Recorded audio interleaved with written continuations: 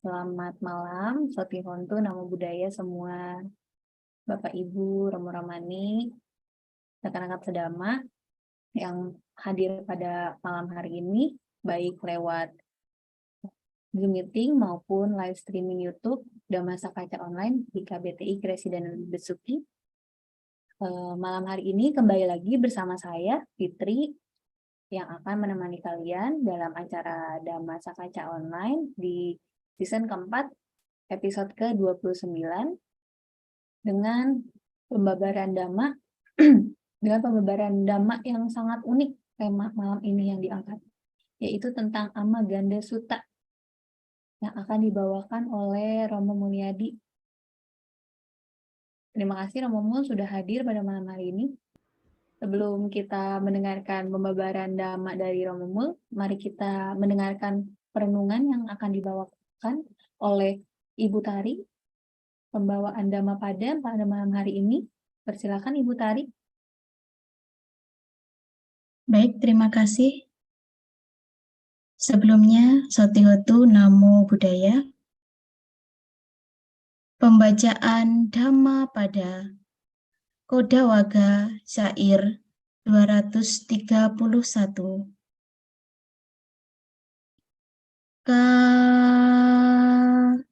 Yapako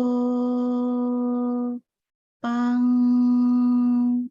rakeya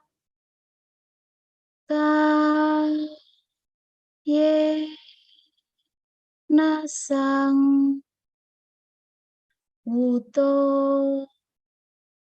sia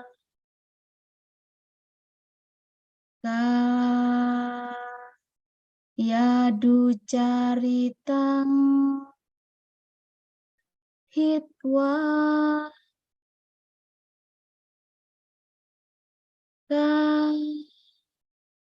ye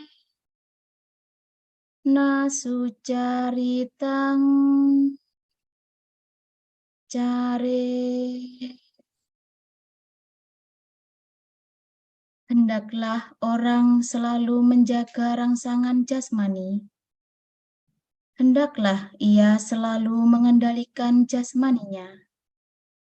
Setelah menghentikan perbuatan-perbuatan jahat melalui jasmani, hendaklah ia giat melakukan perbuatan-perbuatan baik melalui jasmani. Sadu, sadu, sadu.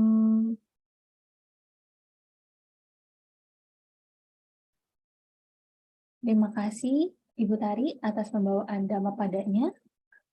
Sangat menyentuh sekali. Baik, Bapak Ibu, Romo Ramani, rekan-rekan sedama, sebelum kita memulai acara pada malam hari ini, kita akan membacakan terlebih dahulu nama Karapata yang akan saya bantu pimpin. Mari kita rangkapkan kedua tangan kita di depan dada, mempersiapkan diri. Pembacaan nama Karapata akan dimulai. Arahang Samma Sambuddho Bhagawa Buddhang Bhagawantang Abhiwademi.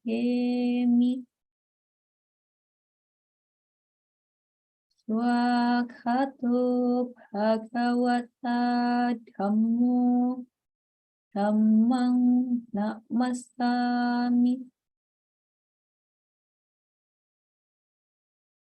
Supatipanno Bhagavato Sawaka Sangho Sanghang Namami.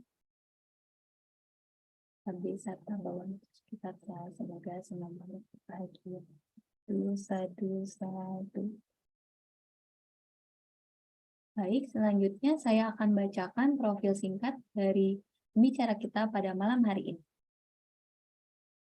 Romo Mulyadi, STHC, CCDD, adalah pengurus FKUB DKI Jakarta, Kabupaten Kepulauan Seribu di tahun 2019 sampai 2024, dan juga masih menjadi pengurus Walubi DKI Jakarta 2020 sampai sekarang. Beliau juga masih aktif dalam pengurus Pusat Lembaga Pengembangan Tripitaka Gata 2023 sampai saat ini. Wah, mantap sekali Romo Mul. Masih aktif di beberapa organisasi. Sudah siap Romo Mul untuk memberikan sharing-sharing damanya? Siap, oke. Saya persilakan kepada Romo Mulyadi untuk memberikan pembabaran damanya. Ya, terima kasih Ci Fitri, luar biasa perkenalannya, awalannya teman-teman, Romo Ramani, Ibu Bapak, Saudara-saudari sedama, mari kita merangkapkan kedua tangan. Sebelum memulai kita izinkan saya untuk memberikan penghormatan kepada Guru Agung kita yang mulia Buddha. Namo tassa bhagavato arahato sama sambuddhassa. Namo tassa bhagavato arahato sama sambuddhassa. Namo tassa bhagavato arahato sama sambuddhassa. Ya, Romo Ramani, Ibu Bapak, Saudara-saudari sedama, terima kasih saya sudah dikasih kesempatan untuk sharing lagi. Saya nggak membabarkan dhamma ya, kita sharing aja. 2 minggu yang kemarin dan minggu lalu kita sudah istilahnya sudah telan topik yang cukup berat ya tentang Majapahit. Jadi hari ini saya bawakan yang ringan-ringan saja ya. Mungkin teman-teman ada yang pernah baca sutanya. Ini sutanya pendek dan bentuknya seperti syair ya, karena Sutta Nipata itu seperti syair, jadi ada syair-syair. Nanti saya tampilkan juga sutanya yang sebenarnya pendek, tapi menurut saya sangat menarik karena ini berhubungan dengan kalau misalnya saya berdiskusi tentang vegetarian dan tidak vegetarian, ini senjatanya saya gitu. Amaganda Sutta ini senjatanya saya untuk menunjukkan bahwa sebenarnya tingkat spiritualitas seseorang atau pencapaian kesucian atau perkembangan batin seseorang itu tidak berhubungan dengan apa yang dia makan. Jadi sebenarnya ya, ternyata perdebatan kita yang kalau kita ketemu di forum-forum atau di grup-grup media sosial segala macam tentang antara makan daging itu diperbolehkan atau tidak bagi umat Buddha atau bagi biku juga mungkin, ternyata itu adalah perdebatan yang sudah ada bahkan sebelum Buddha Gautama, itu Buddha sebelumnya yang mulia Buddha Kasapa. Jadi sebelum yang mulia Buddha Gautama muncul di dunia, Buddha sebelumnya sama Buddha sebelumnya adalah namanya Buddha Kasapa ya. Nah, dari perdebatan ini pun sudah ada gitu. Sejak ratusan ribu kalpa yang lalu, perdebatan tentang apakah makan daging itu berhubungan dengan kesucian atau tidak gitu ya. Jadi nanti kita dengar sutanya, lalu nanti akan saya. Jadi saya hari ini sebenarnya lebih banyak cerita lah dibandingin. Jadi kita cerita flashback bagaimana perbincangan ini antara Buddha dengan Brahmana atau pertapa ya, ini pertapa dengan Buddha yang mulia Buddha, baik Buddha Gautama dan Buddha Kasapa. Saya akan lebih banyak cerita. Lalu apa yang ditunjukkan sama Buddha. Jadi Amaganda ini sebenarnya bau tidak sedap ya, bau tidak sedap. Tapi saya lebih condong untuk menerjemahkannya sebagai bangkai. Kemarin saya bilang ke Kotedi, judulnya apa bangkai, dia bilang kayaknya, tapi mungkin takut terlalu kasar, jadi tidak ditampilkan, jadi ditulisnya nama sutanya ya. Nah, jadi teman-teman, tujuan saya di sini adalah biar kita punya pemahaman, bukan untuk mencela ya. Jadi saya tidak mencela, sama sekali tidak mencela mereka yang bervegetarian atau tidak makan daging. Juga saya juga bukan memuji atau mendukung mereka yang makan daging dan ikan. Jadi sebenarnya, tetapi semata-mata adalah untuk menyampaikan pemahaman yang benar bahwa problema hidup kita, problema kita berkeliling terus di alam samsara itu bukan masalah makan ikan atau daging atau kita bervegetarian. Tetapi sebenarnya di sutta ini ditunjukkan bahwa permasalahan kita sebenarnya adalah kilesa kita, kekotoran batin kita. Ya, jadi kekotoran batin itulah yang disebut sama Buddha Gautama dan Buddha Kassapa sebagai bangkai. Nah ya, jadi saya akan tampilkan dulu share screen sebentar, nanti mungkin akan karena saya ada ceritanya kadang beberapa cukup panjang, nanti akan saya tutup dan saya akan saya tampilkan kembali. Ya baik, ini dari Kudaka Nikaya, kalau teman-teman nanti mau baca sutanya ini saya tampilkan juga ya. Sutanya dari Sutta Nipata 22, nanti bisa cari di Sutta Sentral ya, nama judulnya Ama Ganda Sutta. Jadi khotbah Buddha tentang bau tidak sedap, bau busuk bangkai gitu maksudnya ya. Sebenarnya itu ya. Jadi saya terjemahkan bangkai aja lah biar nggak terlalu perpanjang ya. Nah, jadi kita mulai. Ya, makna sebenarnya dari kebusukan sutta ini. Jadi ini diawali dengan satu pertanyaan dari Brahmana namanya Tisa. Ya, nanti saya akan jelaskan Tisa ini siapa. Jadi makanya saya bilang akan banyak cerita ya.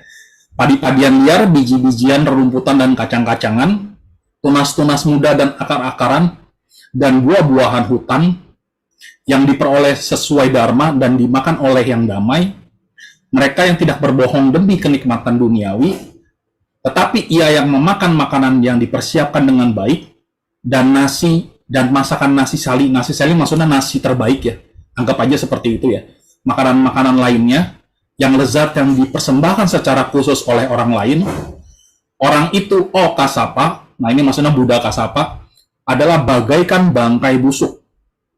Tidak ada bangkai busuk bagiku, demikianlah engkau berkata, bahwa hal itu tidak berlaku padamu, kerabat Brahma. Sewaktu memakan nasi sali, makanan-makanan lainnya, dengan daging unggas yang dipersembahkan dengan sangat baik, aku menanyakan makna atas hal ini, Kassapa. Makananmu jenis bangkai busuk, apakah makananmu? Selanjutnya, jawaban dari Buddha, Kassapa, ya, membunuh, menyiksa, juga memutilasi, mengikat, mencuri, berbohong, dan berbuat curang, menipu, berbuat cabul, dan mempelajari pandangan-pandangan menyimpang. Ini adalah bangkai busuk, bukan memakan daging. Orang-orang itu tidak terkekang dalam keinginan dan kenikmatan, serakah pada rasa kecapan yang bercampur dengan ketidakmurnian, berpandangan nihilis, tidak stabil, sukar dilatih. Inilah bangkai busuk, bukan memakan daging, yang kasar, kejam, pemfitnah, dan berkhianat. Mereka yang hampa dari belas kasihan, sangat sombong, kikir, tidak pernah memberikan apapun kepada orang lain. Ini adalah bangkai busuk, bukan memakan daging. Yang pemarah, keras kepala, bermusuhan, dan tinggi hati. Penuh muslihat, iri hati, juga pembual. Angkuh, bergaul dengan yang jahat. Inilah bangkai busuk, bukan memakan daging. Mereka yang jahat tidak melunasi utang, penyaruh, pemfitnah, culas. Orang-orang yang melakukan perbuatan jahat di dunia ini adalah bangkai busuk, bukan memakan daging.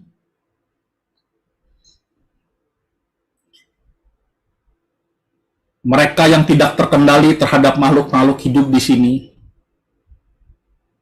mengambil harta orang lain, berniat melukai, tidak bermoral, kasar dan kejam, tidak hormat pada orang lain, ini adalah bangkai busuk, bukan memakan daging. Penuh keserakahan atau kebencian terhadap orang lain, mereka menyerangnya, senantiasa cenderung melakukan kejahatan. Mereka pergi menuju kegelapan setelah kematian. Makhluk-makhluk demikian jatuh ke neraka dengan kepala di bawah. Ini adalah bangkai busuk, bukan memakan daging. Bukan dengan memakan ikan dan daging, juga bukan dengan telanjang. Bukan dengan mencabut rambut, juga bukan dengan menumbuhkan rambut kusut. Bukan dengan melumuri abu orang mati, bukan dengan mengenakan pakaian dari kulit kasar, bukan dengan mengikuti pemujaan api, atau praktik keras duniawi untuk memperoleh keabadian. Juga bukan dengan mantra-mantra, juga bukan dengan persembahan-persembahan, pengorbanan-pengorbanan, upacara-upacara pada hari-hari besar, yang dapat memurnikan seseorang yang masih dikuasai keraguan-raguan. Ia yang hidup dengan arus indera terkekang, sadar dengan baik, kokoh dalam dhamma, menikmati kejujuran, lembut, melampaui kemelekatan, meninggalkan segala duka. Orang bijaksana itu tidak dikotori oleh apa yang dilihat dan didengar. Terakhir, berulang-ulang yang tercerahkan mengajarkan topik ini. Kepada yang menguasai Weda itu, ahli-ahli mantra, demikian sang petapa menjelaskan dalam syair-syair indah. Baginya tidak ada bangkai busuk, bebas dan tidak terlacak. Setelah mendengar syair-syair yang diucapkan dengan baik oleh sang Buddha, yang membebaskan dari kebusukan demikian, yang menghalau segala duka, ia dengan rendah hati bersujud di kaki sang Tathagata. Dan pada saat itu juga ia memohon pelepasan keduniawian. Nah, Ibu Bapak, itu sutanya. Pendek. Tapi saya yakin kalau teman-teman atau Ibu Bapak, saudara-saudari sedama baca suta barusan, kira-kira paham ya artinya ya, maksudnya ya. Yang dimaksud dengan apa itu bangkai. Ya. Baik, saya lanjutkan. Ini saya akan mulai bercerita ya. Bercerita background suta ini ya. Background suta ini. Nah, jadi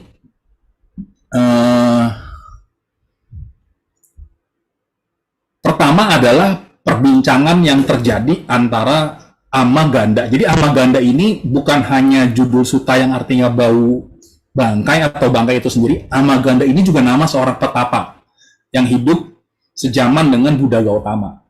Nah, pembicaraan pertama adalah antara Amaganda dan Buddha Gautama ya. Izin saya stop dulu share screen-nya karena saya mau bercerita, jadi nanti kalau ngeliat ini aja juga kurang sip. Nah, jadi background pertama adalah ketika yang mulia Buddha Gautama belum menjadi seorang Buddha, artinya Buddha belum muncul di dunia, ada seorang Brahmana yang bernama Amaganda ini. Ya, Amaganda ini Brahmana ini meninggalkan keduniawian dan bersama pertapa yang lain yang jumlahnya 500 orang, yang Brahmana muda sejumlah 500 orang, ya kan, mereka melepaskan keduniawian dan masuk ke hidup di pegunungan Himalaya. Jadi gitu ya. Nah, kemudian setelah yang mulia Buddha, Pangeran Siddhartha menjadi Buddha, menjadi Buddha dan memutar roda Dhamma, ada satu waktu, jadi Buddha ini pergi ke Sawati. Nah, jadi ketika Buddha tinggal di sana, ya kan, beliau melihat ini kayaknya kondisi-kondisi untuk menyokong pertapa sangat baik. Buddha melihat seperti itu ya. Nah, selanjutnya Buddha meninggalkan Sawati, berjalan diikuti oleh perkumpulan Bhikkhu Sangha, ya kan. Akhirnya beliau sampai di satu desa, ya. Desanya itu apa saya juga pokoknya yang saya baca itu ada di satu desa, ya kan.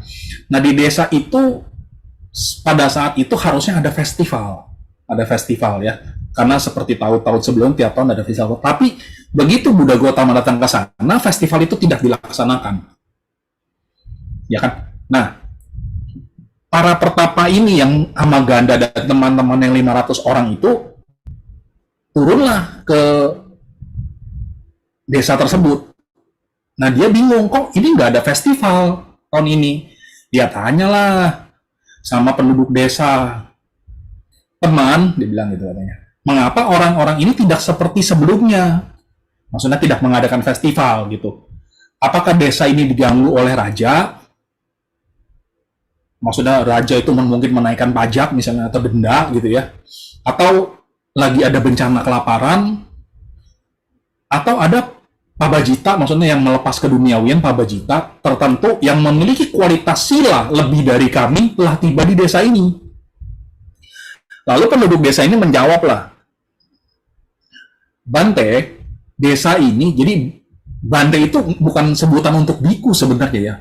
Kalau menurut yang saya baca, jadi Bante di sini adalah memberikan penghormatan kepada para pertapa sebenarnya, jadi dipanggil Bante. Jadi pertapa Amaganda ini juga dipanggil Bante sama penduduk desa Bante. Desa ini tidak diganggu oleh denda dari raja atau di kelaparan lah. Tapi seorang Buddha telah muncul di dunia. Sang Bagawa datang ke sini untuk mengajarkan Dhamma, untuk manfaat banyak makhluk. Penduduk desa jauh seperti itu.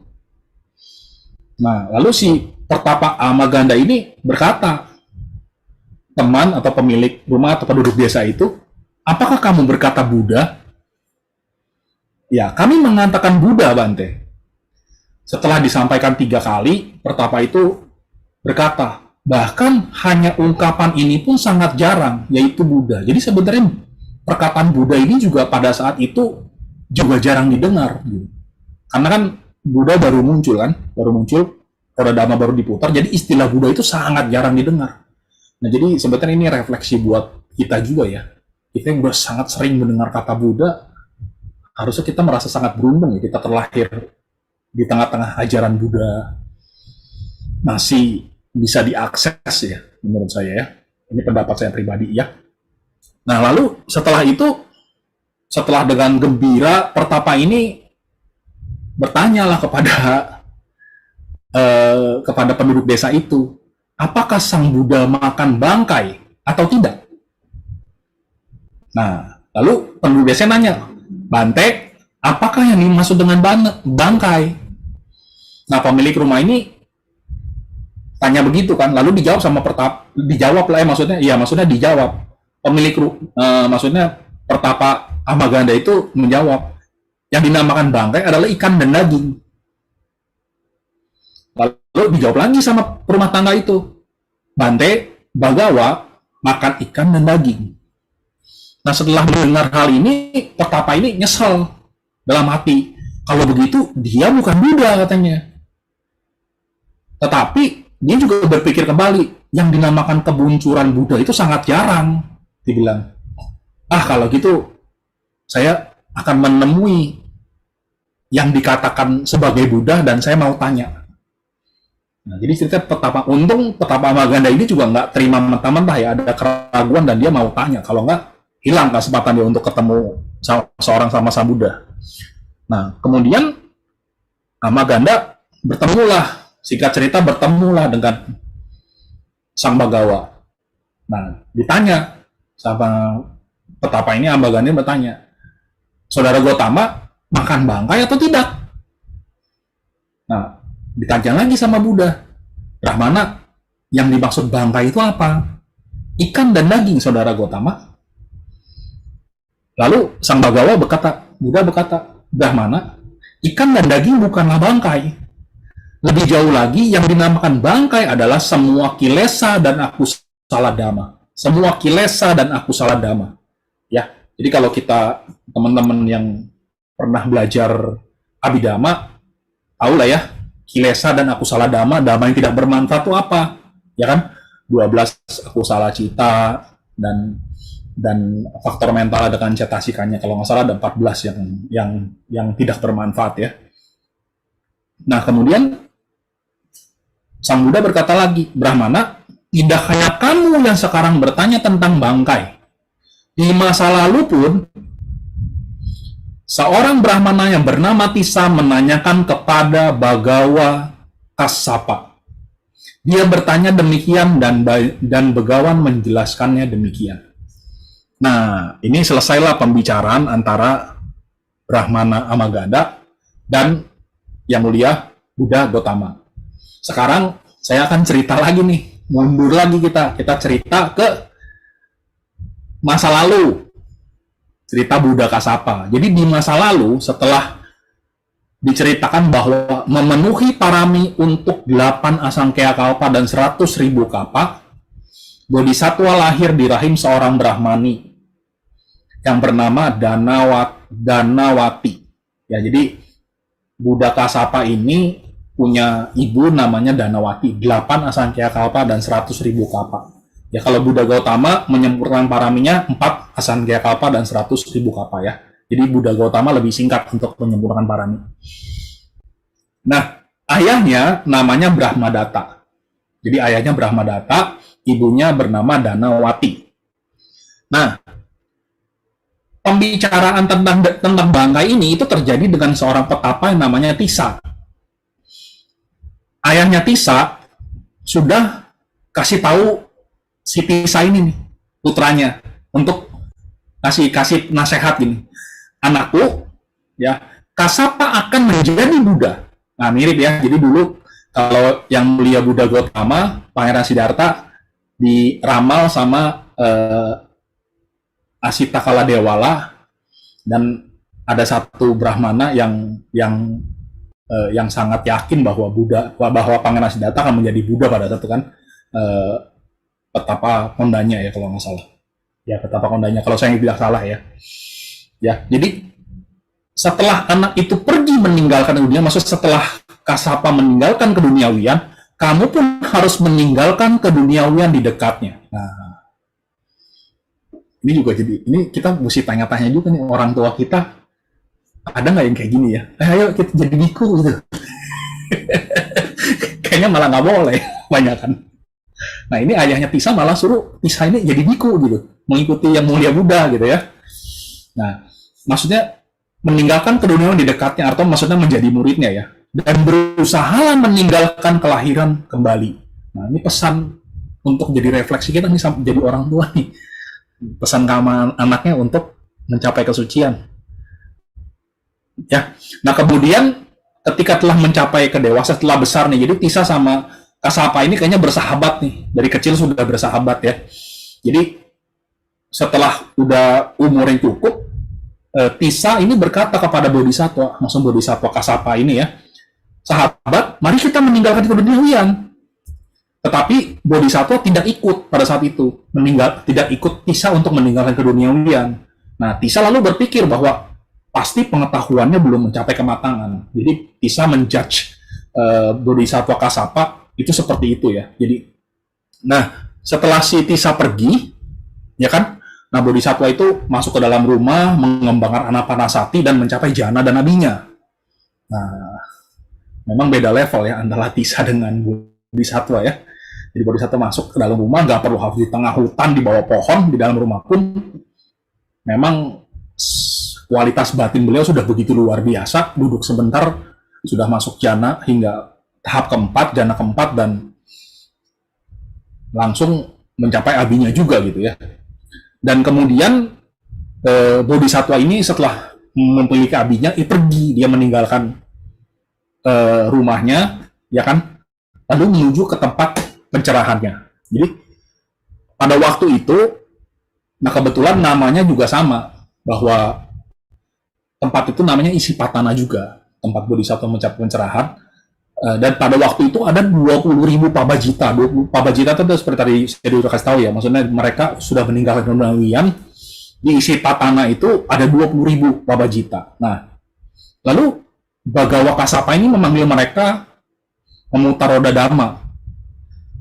Ya, setelah menjadi Buddha, Buddha membabarkan kepada ke-20.000 pabajita itu, dan semuanya di akhir sutta menjadi arahat. Sutanya apa saya juga nggak tahu. Mungkin kalau yang mulia Buddha Gautama kan Dhammacakkappavattana Sutta kan. Nah, ini pokoknya membabarkan sutta, dan 20.000 pabajita itu menjadi arahat. Ya, jadi akhirnya Bhagawa Kasapa atau Buddha Kasapa tinggal di Isipatana di sana juga, dan dia dikelilingi oleh 20.000 biku. Lalu ada satu raja namanya Kiki, Raja Kiki. Ini cerita saya ambil dari kitab penjelas ya, kitab penjelasnya sutta ini ya. Jadi menyokong 20.000 pabajita itu dan yang mulia Buddha Kasapa dengan 4 kebutuhan pokok ya.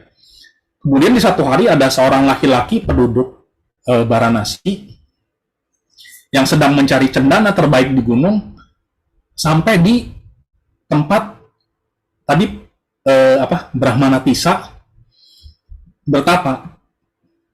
Setelah memberi penghormatan, dia berdiri di satu sisi. Nah, jadi ada kebetulan juga nih, Tisa ini bertanya kepada pemuda tadi, kamu datang dari mana? Saya datang dari Varanasi, Bante. Lagi ada apa sih di sana gitu?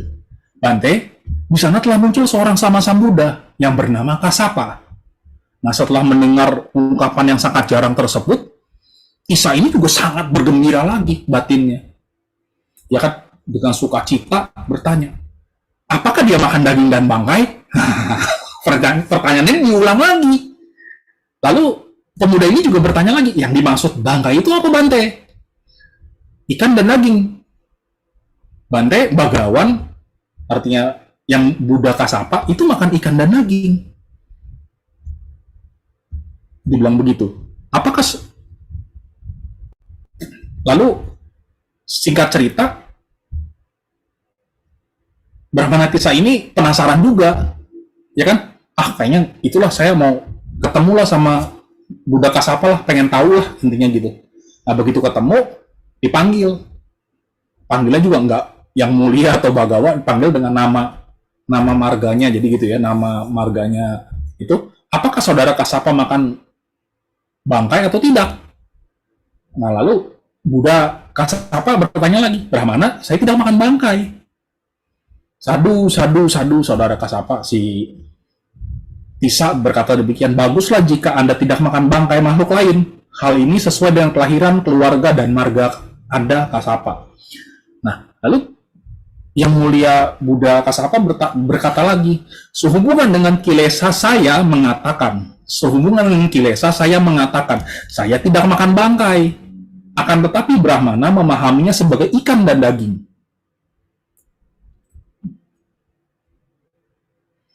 Nah, jadi akhirnya karena ada kesalahpahaman persepsi antara yang mulia Buddha Kasapa dengan Tisa, akhirnya Buddha Kasapa ini memutuskan untuk memberitahu Brahmana Tisa ini melalui Dhammadesana. Ya kan? Nah, Dhammadesananya persis seperti sutta yang tadi saya baca di awal. Jadi yang mulia Buddha Gautama mengulang apa yang diucapkan oleh yang mulia Buddha Kasapa di masa lalu untuk menjawab pertanyaan yang sama. Jadi kejadian ini sama, cuma beda tokohnya aja gitu. Sama-sama dua orang sama Sambuddha, cuma yang satu petapa bernama Amaganda dan satu petapa bernama Tisa. Ya. Nah, kira-kira ceritanya seperti itu. Ya, nanti ada cerita yang lain juga. Jadi saya lanjut dulu aja, saya share screen kembali. Tadi ini udah ya cerita Amaganda vs Buddha, dan yang selanjutnya adalah Tisa dan Buddha Kasapa. Nah, teman-teman, di kitab komentar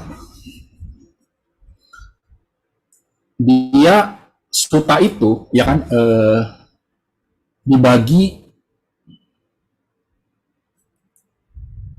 sebentar ya, saya harus lihat catatan saya dulu sebentar.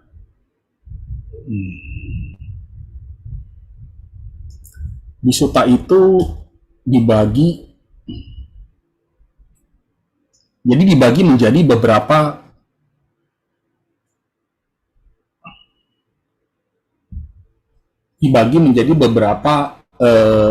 bagian ya. Jadi sutta ini menjelaskan beberapa bagian. Jadi dibagi menjadi 7. Jadi yang tadi saya sebutin tuh membunuh, menyiksa, memutilasi dan segala macam itu dibagi menjadi 7 ya. Menyebutkan kumpulan Amaganda itu dibagi menjadi 7. Yang pertama adalah Panati, Patadi, Samuddacara, yaitu ini berhubungan dengan pelaksanaan sila yang sehubungan dengan pengambilan pengambilan kehidupan seperti membunuh, menyiksa dan segala macam. Ini ada 10 ya. Ada 10. Yang selanjutnya ini Kamesu, Asanyata, sehubungan dengan menikmati kemelekatan atau nafsu-nafsu duniawi ya, nafsu indrawi.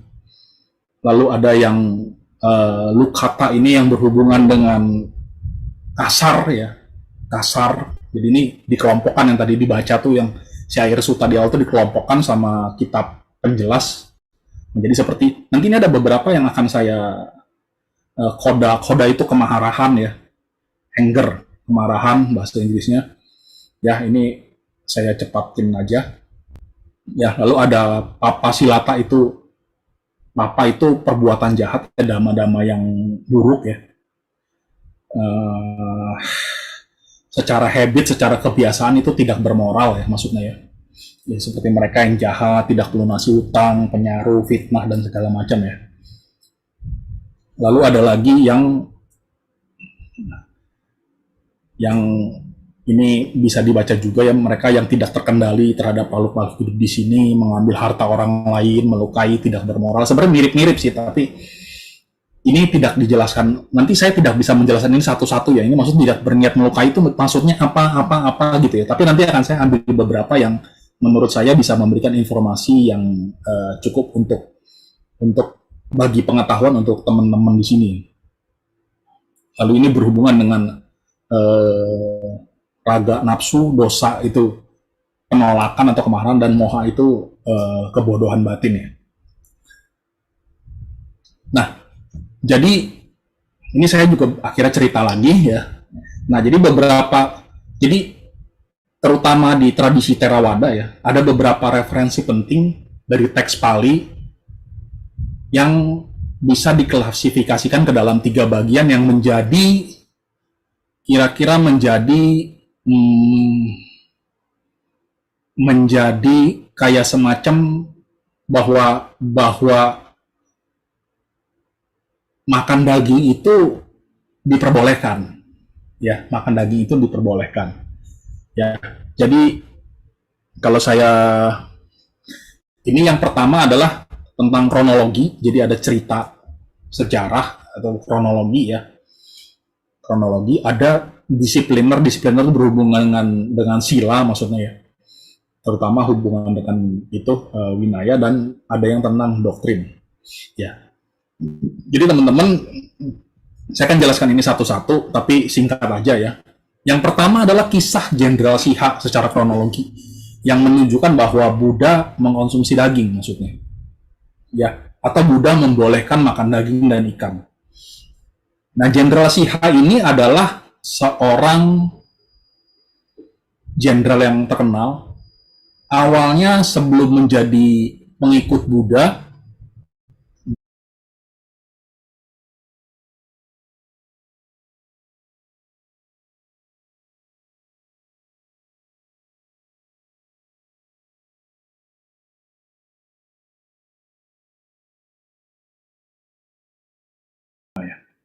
lalu berita itu sampailah ke Jenderal Siha. Ada yang lapor ya, ada yang lapor. Lalu Jenderal Sihanya ngomong, udahlah biarin aja, lupakan saja katanya. Untuk waktu yang lama mereka memang ingin merendahkan, maksudnya petapa aja ini memang ingin merendahkan yang mulia Buddha. Si Jenderal Siha ini berbicara demikian ya, merendahkan Buddha, Dhamma, ajarannya, bikunya juga, ya kan, para biku, para muridnya, ya kan, mereka akan menjadi tua dan terus-menerus berbohong, ya, terhadap apa yang dilakukan oleh Buddha, ya. Nah, lalu Siha juga tidak peduli, lalu terus-menerus menyajikan makanan yang terbaik kepada Sangha, ya kan, dan kepada Buddha juga. Lalu setelah selesai makan, ya kan, kayaknya Buddha juga tahu desas-desus itu, jadi Buddha menginstruksikan kepada para biku, memberikan ajaran kepada para biku yang ada di Winaya, dan kita semua sudah tahu rata-rata bahwa para biku, Buddha berkata, kamu tidak boleh makan daging ketika kamu tahu bahwa hewan itu dibunuh demi kamu. Jika Anda melakukannya, Anda melakukan pelanggaran perilaku salah. Maksudnya melanggar sila, melanggar winaya ya. Saya mengizinkan Anda makan daging dan ikan yang murni dalam 3 hal. Anda belum pernah melihat, mendengar, atau menduga bahwa binatang itu dibunuh demi Anda. Jadi kita sudah tahu ya, 3 daging bersih kalau sering disebut sama teman-teman kita ya. Itu background ceritanya, munculnya cerita bahwa tidak dibunuh untuk kita tidak mendengar suara waktu hewan itu dibunuh, dan kita curiga bahwa itu dibunuh untuk para biku. Ini dari cerita Jenderal Sia. Sebenarnya ada satu cerita lagi yang berhubungan dengan Upalawana Peri, ya. Tapi nanti itu nanti saja deh ceritanya kebanyakan. Nah, yang kedua berhubungan dengan 5 aturan Dewa Data. Jadi waktu itu kan Dewa Data memberontak kepada Buddha ya kan, yang sempat membawa para biku untuk bikin memecah belah sangga lah istilahnya pada saat itu ya. Nah, jadi teman-teman, 5 aturan Dewa Data ini ada satu juga yang ditolak oleh Buddha. 5-5-nya ditolak, tapi ada satu hal yang berhubungan dengan makanan ya. Jadi 5 aturan yang diajukan kepada Buddha itu untuk dilaksanakan oleh para biku adalah, yang pertama adalah bahwa para biku harus berdiam sepanjang hidup mereka di dalam hutan. Yang kedua, biku tidak boleh menerima undangan makan, tetapi hidup sepenuhnya dari dana makanan yang diperoleh dengan pengemis. Maksudnya, kalau ada yang undang makan, dana makan ke rumah, itu biku harus menolak. Menurut Dewa Data. Jadi harusnya pindah patah aja dong, ngemis lah minta makan gitu maksudnya ya. Yang ketiga, biku itu hanya boleh mengenakan jubah yang terbuat dari kain bekas dan tidak menerima jubah dari umat awam. Nah, yang keempat, biku itu harus tinggal di bawah pohon dan bukan di bawah atap. Nah, yang kelima yang sehubungan dengan makan, biku itu harus sepenuhnya menghindari ikan dan daging.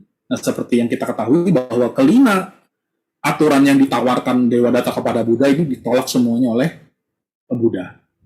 Ya. Yang ketiga adalah tentang makanan terakhir Buddha. Teman-teman kalau baca Mahaparinibbana Sutta, ya, kita juga tahu bahwa ada satu istilah untuk makanan terakhir yang mulia Buddha yang disebut adalah Sukha Ramaddawa. Ya. Tetapi interpretasinya ini sangat banyak. Ini yang lagi itu yang katanya dipersembahkan oleh pandai besi yang bernama Cunda. Ya. Jadi interpretasinya tuh banyak, setidaknya yang saya ketemu ada 6 ya. Yang pertama itu tentang bahwa Sukha Ramaddawa adalah daging babi ternak yang tidak terlalu muda dan tidak terlalu tua. Beberapa versi menyebutkan umurnya baru di bawah 1 tahun. Ya. Yang kedua adalah daging babi empuk yang dijual di pasar. Yang ketiga, rebung yang telah dilunakan dengan cara dihancurkan apa diinjak-injak atau istilahnya tuh dilembutkan lah ya, rebung daun muda bambu muda itu ya, tunas bambu muda ya. Lalu ada yang menyebut juga sebagai jamur yang namanya jamur tudung ular, kalau diterjemahkan snakehood itu bahasa Inggrisnya, saya juga nggak tahu bentuk jamurnya seperti apa ya. Yang kelima adalah interpretasinya sebagai sejenis saus ya atau penyedap rasa. Dan yang terakhir adalah kalau bahasa kuliner namanya truffle. Truffle itu sebenarnya sejenis jamur yang tumbuh di tanah. Ya, bentuknya mirip kentang. Kalau saya lihat itu menurut mirip kentang. Dan ini merupakan, kalau di makanan Eropa terutama di Perancis, ini adalah termasuk makanan mewah. Ya. Nah, tetapi dalam kitab komentar Mahaparinibbana Sutta yang disusun oleh Yang Mulia Buddhaghosa, ya kan? Yang Mulia Buddhaghosa cenderung untuk mendukung interpretasi yang pertama bahwa itu adalah daging babi ternak yang tidak terlalu muda dan tidak terlalu tua. Ya, ini adalah jadi maksudnya Buddha juga mengkonsumsi daging, ya, pada saat makanan terakhir Buddha itu aja daging sebenarnya. Maksudnya yang kalau menurut kitab komentar yang ditulis oleh Yang Mulia Buddhaghosa ya. Lalu yang berhubungan dengan disipliner adalah 10 jenis daging yang dilarang. Itu juga ada ya, daging manusia, daging gajah, kuda, anjing, daging ular, daging singa, daging harimau, terus daging macan tutul, daging beruang, dan daging hyena. Hyena itu sejenis serigala ya, di serigala. Nah, Jadi 10 daging itu tidak boleh dikonsumsi ya kalau karena beberapa alasan yang secara ringkas ada di kitab penjelas ya. Jadi kalau kita daging manusia ya udah pastilah ya. Nah, itu kan spesies sama-sama kita sama-sama manusia sama daging manusia ya. Yang kedua itu adalah daging gajah dan kuda itu pada saat itu gajah dan kuda itu merupakan hewan yang sangat berguna dan menjadi maksudnya dimanfaatkan oleh raja pada saat itu. Jadi itu juga dilarang oleh Buddha menurut Vinaya ya. Sedangkan daging anjing dan ular dikarenakan menurut kitab penjelas itu adalah termasuk hewan yang dalam tanda kutip menjijikan ya. Jadi tidak boleh dikonsumsi. Lalu kalau yang terakhir itu seperti singa, harimau, hiena, macan tutul apa segala macam itu tidak boleh dikonsumsi karena termasuk binatang yang berbahaya. Dan menurut kita penjelas bahwa sebenarnya kalau mereka yang mengkonsumsi daging binatang buas itu badannya akan mengeluarkan bau khas seperti binatang tersebut dan binatang-binatang buas itu menandai bahwa bau itu sebagai maksudnya dengan bau itu mereka tuh bisa tahu bahwa oh ini makan spesies saya dan ada kecenderungan untuk balas dendam. Jadi ada kecenderungan bisa diserang maksudnya kalau makan daging binatang buas itu ya. Lalu di Pacitya 35 ya kan juga disebutkan bahwa ada makanan yang di Pacitya Pali ya di Vinaya Pitaka itu disebutkan ada 5 jenis makanan yang biasa disajikan sebagai menu hari-hari ya. Dan biasanya juga didanakan kepada para biku ya, yaitu ada nasi, bubur beras, terigu rebus, ikan dan daging. Nah, itu di Vinaya ada. Nah, selain itu juga ada makanan yang lebih istimewa ya, yaitu bahwa ada makanan yang dicampur dengan mentega cair, mentega segar, minyak, madu, sirup, gula, ikan, daging, susu dan dadih ya.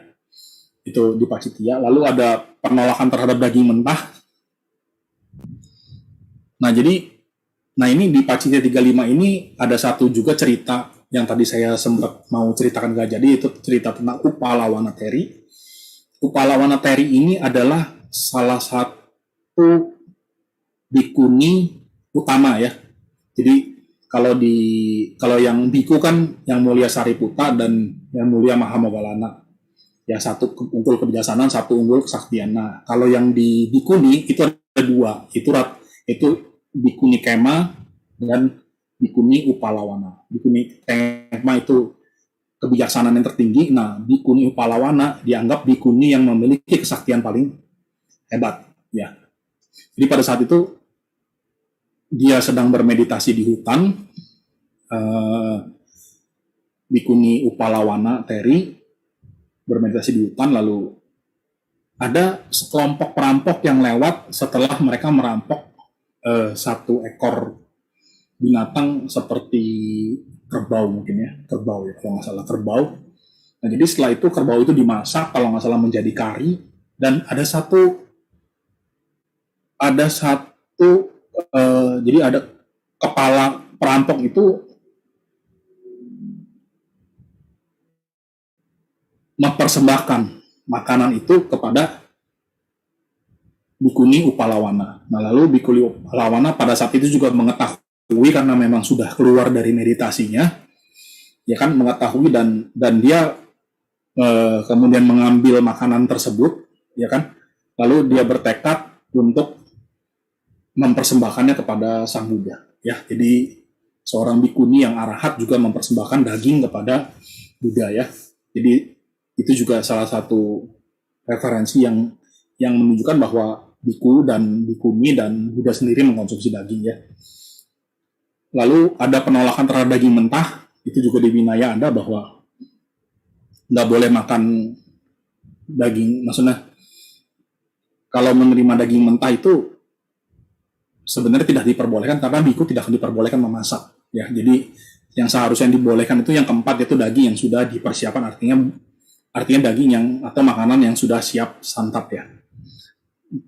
Nah, lalu secara doktrinal itu ada ajaran di Abhidhamma bahwa sebenarnya secara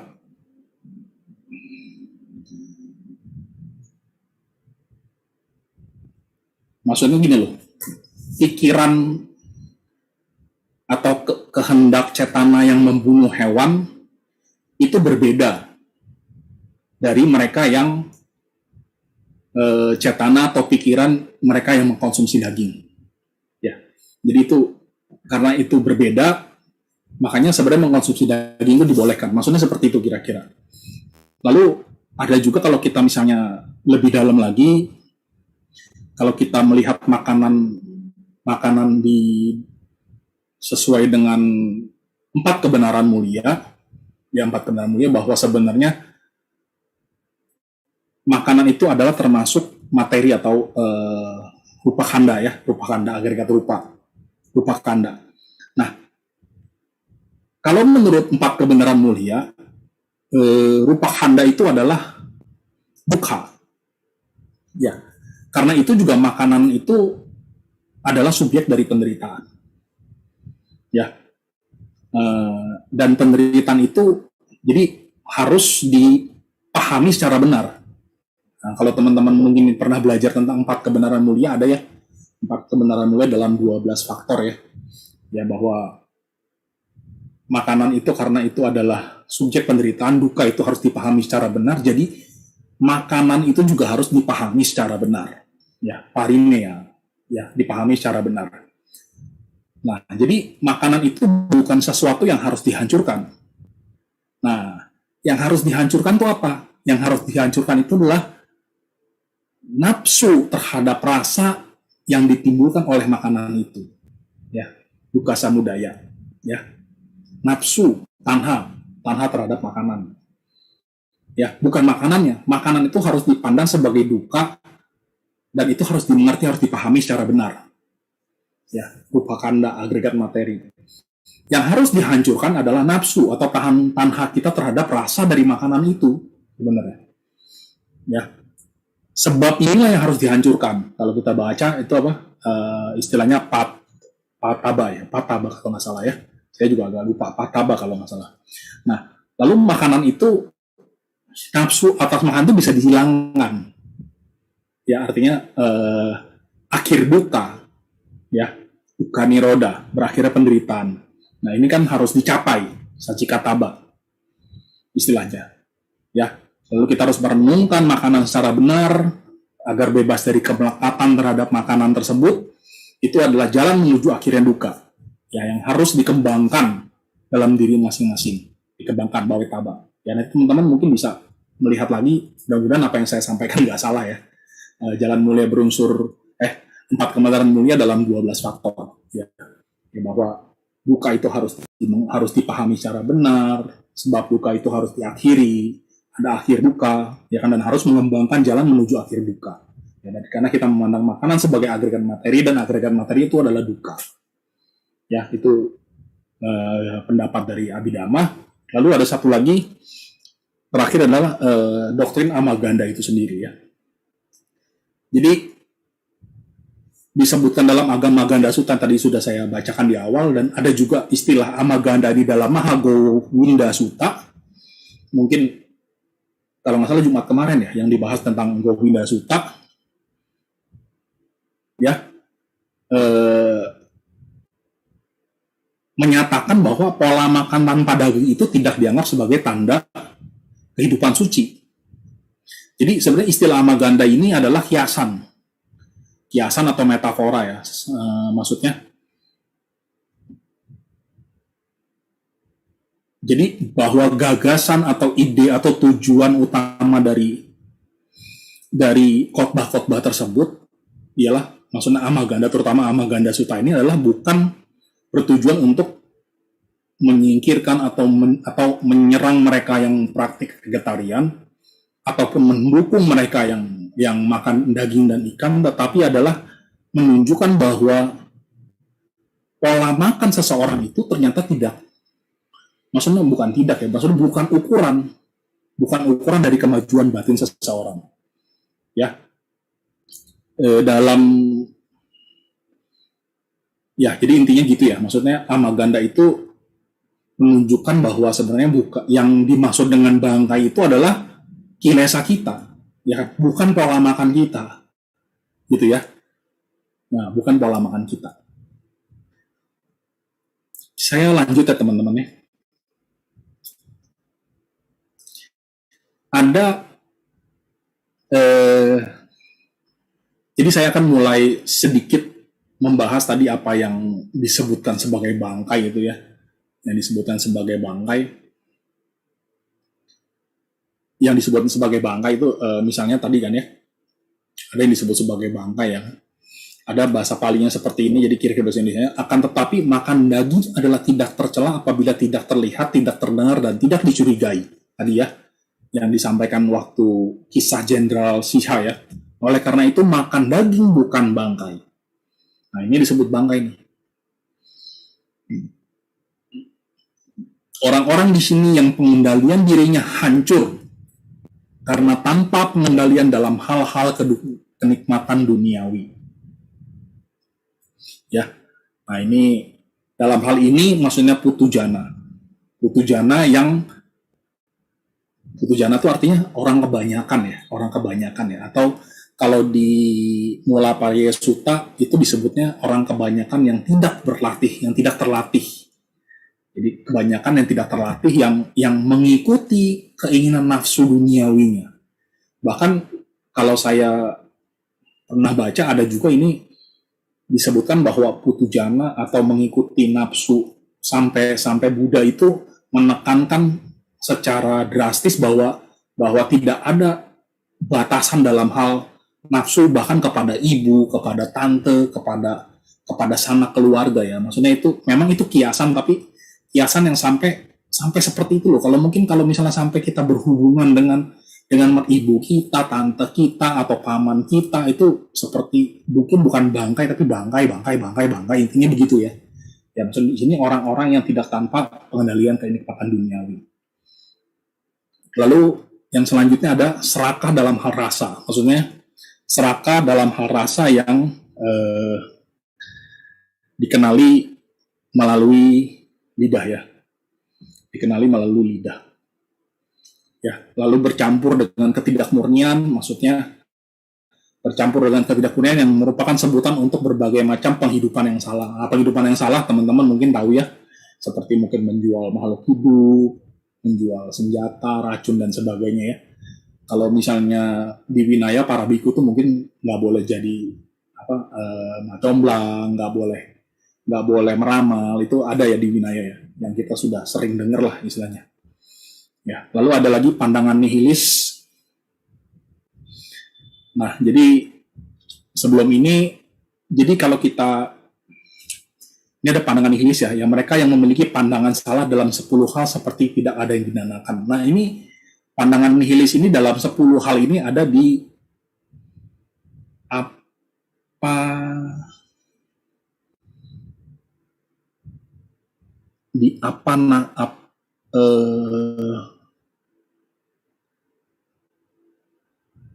saya lupa ya sutanya. Saya lupa sutanya. Sebentar ya, saya lihat sebentar catatan saya.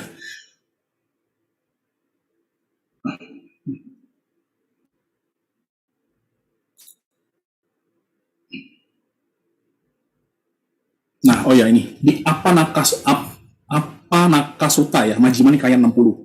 Jadi ada nati dinang, tidak ada yang diberikan, ada nati ithang ya, tidak ada yang dipersembahkan, tidak ada yang dikorbankan, tidak ada buah atau akibat dari perbuatan baik dan buruk. Ya, jadi kita melakukan apa tuh nggak ada buahnya.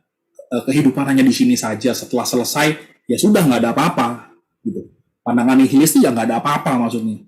Ya kan, kita berdana ya nggak ada yang didanakan gitu. Ya kan, tidak ada dunia ini, maksudnya mungkin ada makhluk yang tidak terlahir di alam manusia, mungkin di alam dewa atau di alam Brahma, mereka mempercayai bahwa ya adanya dunia di sini aja, dunia yang lain nggak ada, maksudnya gitu. Ya.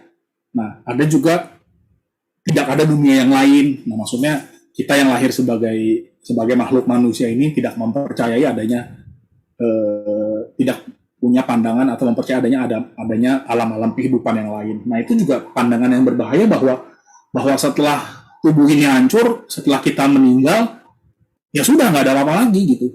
Jadi nikmati saja kehidupan ini. Ya kan, hantam kromo aja. Mari kita bersenang-senang sesenang-senangnya. Karena tidak ada apa-apa lagi gitu, ya. Lalu tidak ada ayah, tidak ada ibu, tidak ada makhluk-makhluk yang lahir secara spontan, lalu tidak ada petapa atau brahmana yang baik dan mulia yang menembus dengan diri mereka ini sendiri memiliki pengetahuannya langsung.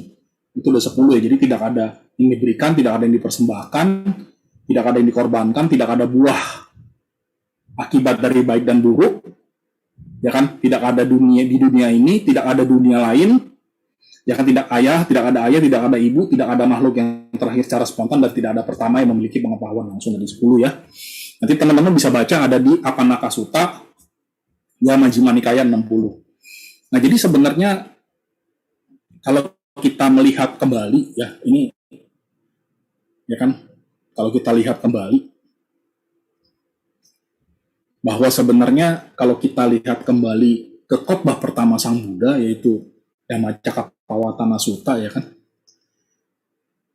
ada kata-kata di awal itu ya, yang pertama kali Buddha menjelaskan bahwa ada wahai para biku, ya kan, di Dhammacakkappavattana Sutta, ada dua ekstrem ini yang tidak boleh diikuti, ya kan, oleh seseorang yang telah meninggalkan kehidupan berumah tangga dan menjalani kehidupan tanpa rumah, ya kan. Yang pertama adalah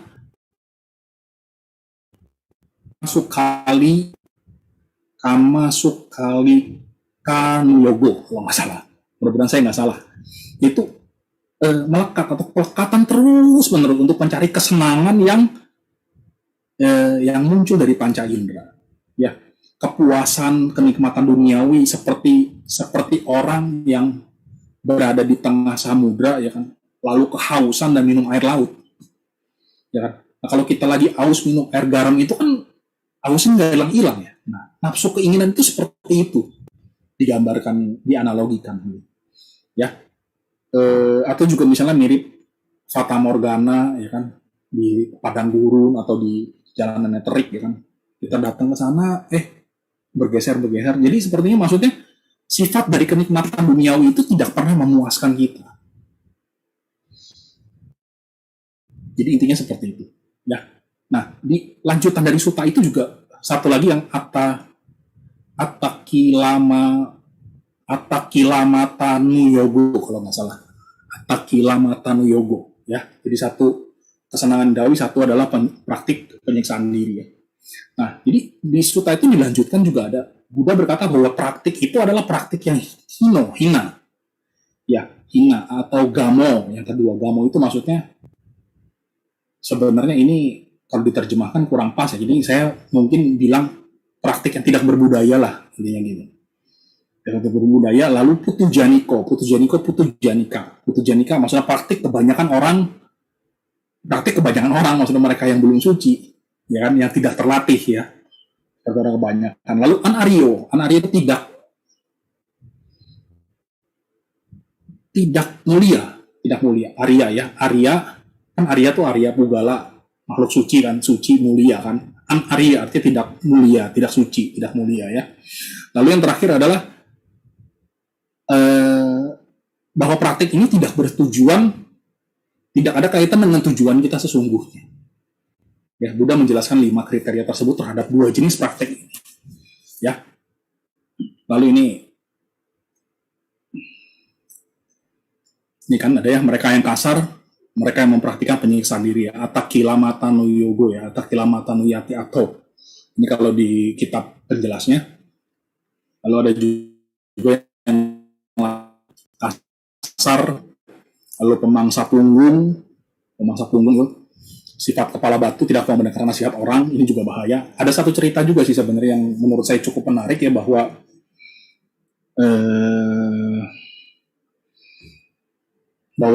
keras kepala,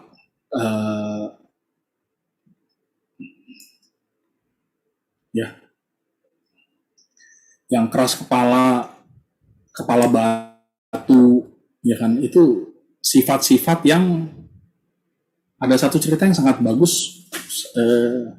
Jadi kalau nggak salah Arya kalau nggak salah, ya ada satu cerita. Jadi Buddha cerita, Biku bilang katanya, sebelum Buddha bertemu dengan 5 pertapa, yang teman-teman waktu pertapaannya itu ya, Pancawagya Biku pada saat itu, sebelum bertemu, setelah Buddha mencapai penerangan, ya kan, lalu menuju ke tempat berkumpulnya 5 orang pertapa, tempat pertapaannya dulu. Jadi di tengah jalan itu Buddha ketemu sama satu orang yang namanya Upaka kalau nggak salah. Ya, Upaka, namanya Upaka. Di Arya Pariyesana Sutta itu ada cerita. Dia ketemu dengan seorang yang namanya Upaka. Jadi Upaka ini sama Buddha berpapasan, ketemu. Ya. Lalu Upaka ini begitu melihat Buddha, dia tercenang. Ya kan? Dia bilang, "Sahabat, indramu sangat cerah." Dia bilang, "Kulitmu begitu bersih dan cemerlang." Lalu ditanya, "Di bawah siapakah engkau meninggalkan dunia?" Maksudnya, gurumu siapa gitu? Si Upaka ini nanya ke Buddha. Lalu, damanya siapa yang Buddha praktikan, yang engkau praktikan, yang sahabat praktikan, ya kan? Lalu Buddha jawab, "Aku adalah orang yang telah melampaui segalanya, ya kan? Tidak ternoda, meninggalkan segalanya." Jadi intinya Buddha ngomong bahwa setelah orang seperti saya ini, siapa yang harus saya akui sebagai guru gitu, ya kan? Lalu Buddha ngomong, "Saya nggak punya guru atau orang yang setara dengan saya," dibilang. Ya karena memang Buddha pada saat itu yang tertinggi kan, pencapaian spiritualnya. Ya kan?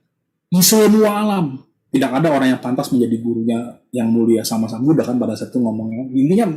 Intinya saya ini udah paling sempurna, saya adalah guru tertinggi, ya kan? Saya adalah seorang yang tercerahkan sempurna. Ya. Lalu maksudnya api telah padam, maksudnya kilesnya telah dipadamkan semua. Ya kan? Nah, lalu ditanya, "Lalu yang mulia bagaimana?" "Saya mau pergi ke kota Kasih." Buddha ngomong ya, untuk memutar roda dhamma, maksudnya ke Taman Rusa Isipatana di kota Kasih.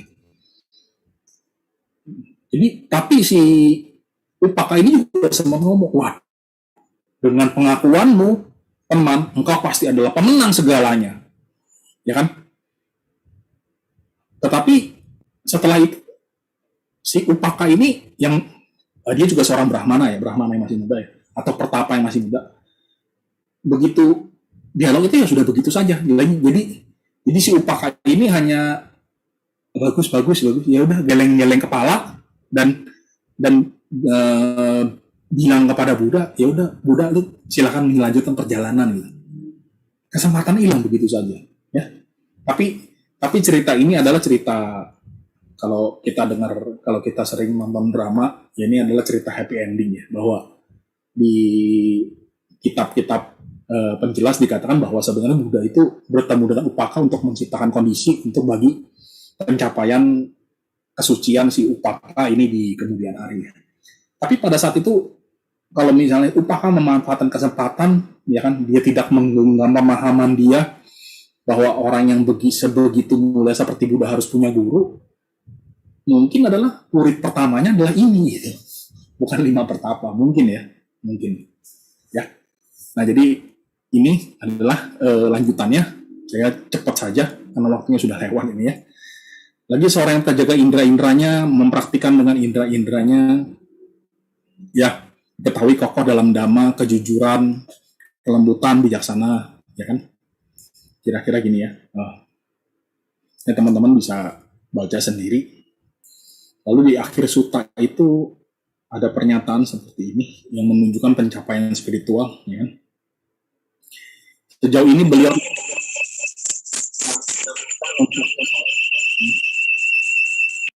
silanya telah murni, ya kan? Jadi ada kokoh dalam dhamma, empat kebenaran mulia yang harus dipahami sepenuhnya melalui jalan Arya. Maksudnya tadi di akhir sutta itu ada, bait terakhir sutta itu ada, maksudnya Buddha menunjukkan loh bahwa mereka yang kriteria seperti ini udah menunjukkan tingkatan Sotapanna, ya kan? Lalu senang dalam kejujuran dan kelembutan, menunjukkan pencapaian Sakadagami, ya. Oleh karena Sakadagami senang dalam kelurusan dan kelembutan, kondisi tersebut berasal dari pengembangan, bahkan perilaku tidak jujur dan lain-lain, dan kualitas mental yang kaku. Ini juga jangan disalahpahami bahwa kalau Sotapanna masih punya nafsu ragawi yang besar ya, masih kebenciannya masih itu ya, enggak seperti itu. Dibandingin dengan Putujana atau dengan umat orang yang belum mencapai kesucian, tentu kualitasnya beda. Ya, seorang Sotapanna pun kalau dibandingkan dengan kita yang masih belum suci, ya kan, tentu nafsu ragawinya, kebenciannya beda. Seorang Sotapanna sudah jauh lebih berkurang gitu ya, dan mencapai Sakadagami lebih berkurang lagi ya. Nah, lalu ada yang ini menunjukkan yang telah meninggalkan semua bentuk duka, yang menanggalkan semua bentuk duka melalui penanggalan akar penyebab semua penderitaan, putaran kelahiran dan kematian, menunjukkan pencapaian arahanta. Ya, nah ini yang kita balik lagi cerita ke si Tissa. Jadi dia bersujud kepada Bhagawan dan dengan hanya beberapa hari diam. Jadi Tissa ini akhirnya menjadi siswanya yang mulia Buddha Kasapa, ya. Beberapa hari dia menembus pengetahuan kesempurnaan murid. Dia menjadi murid tertinggi yang bernama Tissa. Yang kedua bernama Bharadwaja. Demikianlah sepasang murid Bhagawan tersebut dinamakan Tissa dan Bharadwaja. Nah, jadi Tissa ini menjadi, kalau kita bandingkan dengan murid atau siswa yang mulia Buddha Gautama, Tissa ini adalah mirip seperti Sariputta, ya. Murid utama Buddha yang memiliki kebijaksanaan tertinggi. Dan Bharadwaja adalah seperti yang mulia Mahamoggallana yang memiliki kesaktian tertinggi, ya. Jadi Tissa dan Bharadwaja menjadi dua murid utama dari yang mulia Buddha Kasapa. Baik, kira-kira itu saja yang bisa saya sampaikan tentang apa pandangan atau kata Buddha, ya, baik Buddha Kasapa maupun Buddha Gautama, tentang apa itu bangkai, dan bahwa pola makan kita, apa yang kita makan itu tidak berhubungan langsung dengan kemajuan batin kita. Sementara itu dulu yang bisa saya sampaikan sebagai pengantar. Teman-teman, jika kita mau berdiskusi, silakan teman-teman juga boleh membagikan pengalaman. Mudah-mudahan diskusi kita berjalan lancar. Terima kasih. Sukyontu, Namo Buddhaya. Namo Buddhaya, Romo. Terima kasih banyak Romo Mulyadi atas pembabaran ataupun sharing bincang-bincang dhamanya pada malam hari ini.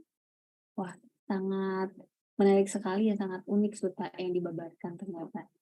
Tentang bau bangkai yang ternyata tuh bukan hanya dari makanan yang kita konsumsi, tapi dari apa yang kita lakukan gitu ya, Romo ya. Yang bisa kita lakukan.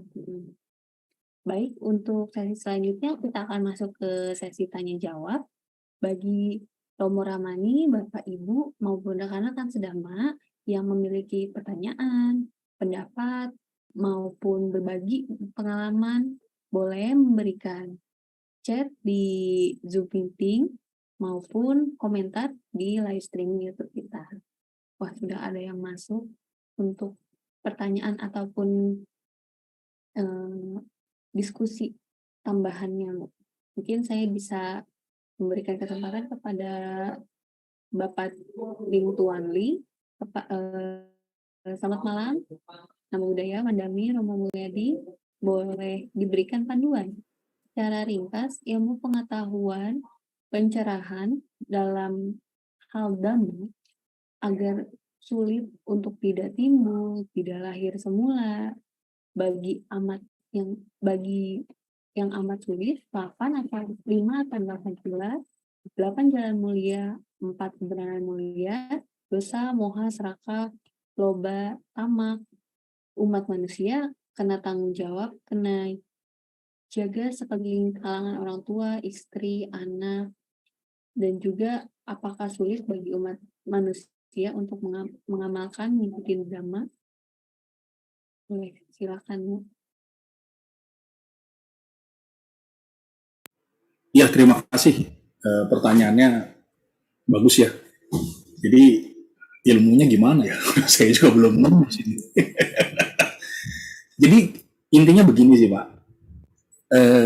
Apapun pilihan jalan hidup kita ya. Yang pertama yang sangat penting adalah bahwa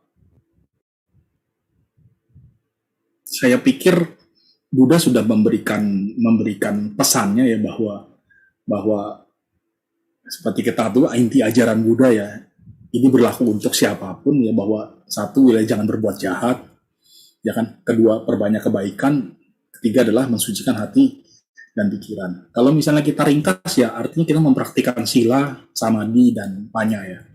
Jadi sebenarnya ketiga ini adalah hal yang sangat krusial, sangat penting untuk dilakukan, bahwa ketiga hal ini adalah saling looping ya, saling melengkapi, bahwa untuk memiliki samadhi yang bagus, sila samadhi panya, untuk memiliki samadhi yang bagus kita butuh sila yang bagus.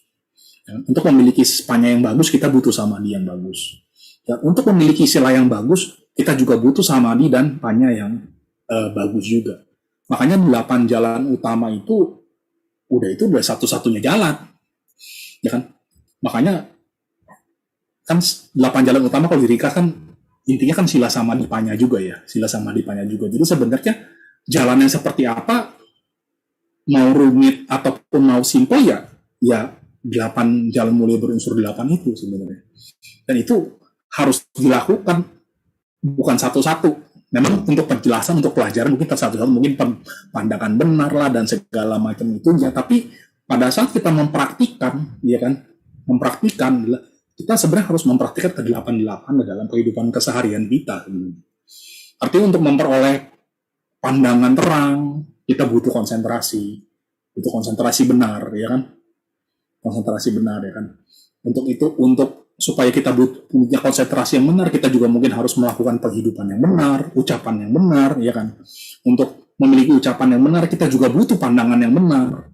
Untuk mulai berlatih seperti apa, meditasinya seperti apa, ya kan? Meditasi yang mana cocok dengan kita, kan kita butuh kebijaksanaan, butuh pemilahan, ya kan? Sekarang kan meditasi banyak nih tekniknya, entah teknik dari Goenka atau yang mulia Mahasi Sayadaw atau yang mulia Pak Usayadaw dan banyak guru meditasi yang lain seperti di luar tradisi Theravada juga ada kan, yang seperti dari Tantra atau mungkin dari Mahayana yang seperti kita kenal, ya kan. Nah, bagaimana kita mengelola batin kita sebenarnya, intinya adalah mengelola batin kita. Dulu saya ingat ya satu quote yang diucapkan oleh yang mulia Ajahn Chah bahwa sebenarnya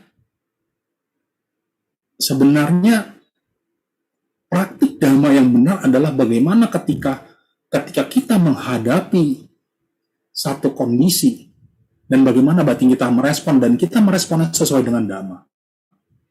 Nah, jadi kalau ditanya apa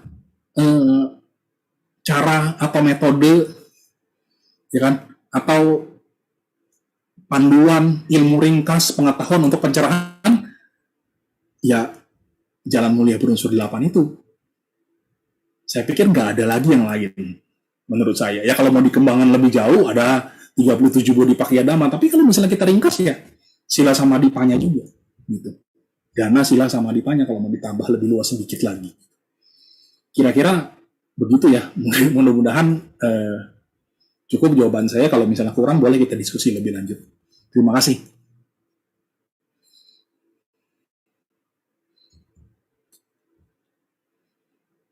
Baik, terima kasih Romo. Terima kasih juga Bapak Lim Li Mungkin jika ada penambahan atau pendapat bisa di-sharing lagi di kolom komentar. Selanjutnya ada Pak Wahidin Johan di kolom chat Zoom meeting. Beliau mengatakan, "Selamat malam Pak Mul.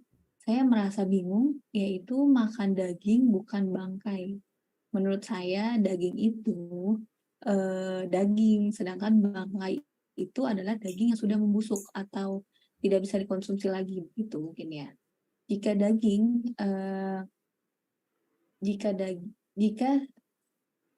yang sudah busuk itu kita makan, kan tidak ada faedahnya dan juga sudah mengeluarkan racun gitu. Apakah jika ada ikan yang baru kita tangkap, langsung dimasukkan freezer, dimakan tanpa menggunakan proses memasak dan langsung dimakan mentah, itu kan biasanya contohnya seperti sashimi yang kita makan dengan kecap asin juga plus wasabi, itu kan bukan patut, masih layak untuk dikonsumsi begitu ya Mu ya. Nah, menurut pendapat Romo itu seperti apa? Ya, baik. Terima kasih Pak Wahidin. Bagus nih pertanyaan. Jadi begini ya. Saya cerita pengalaman saya. Sebenarnya nggak mau cerita nih. Akhirnya saya cerita pengalaman. Jadi saya pernah ketemu dengan mereka yang praktik tidak makan daging. Artinya mereka yang praktik vegetarian. Saya nggak menjudge bahwa semua praktisi vegetarian seperti itu ya. Tapi ini yang saya ketemui secara personal ya. Maksudnya orang ini. Jadi pada saat itu saya makan di depan dia. Tentu karena saya bukan praktik vegetarian, saya pada saat itu makanan saya ada dagingnya. Dan terjadi satu dialog yang menurut saya cukup menarik.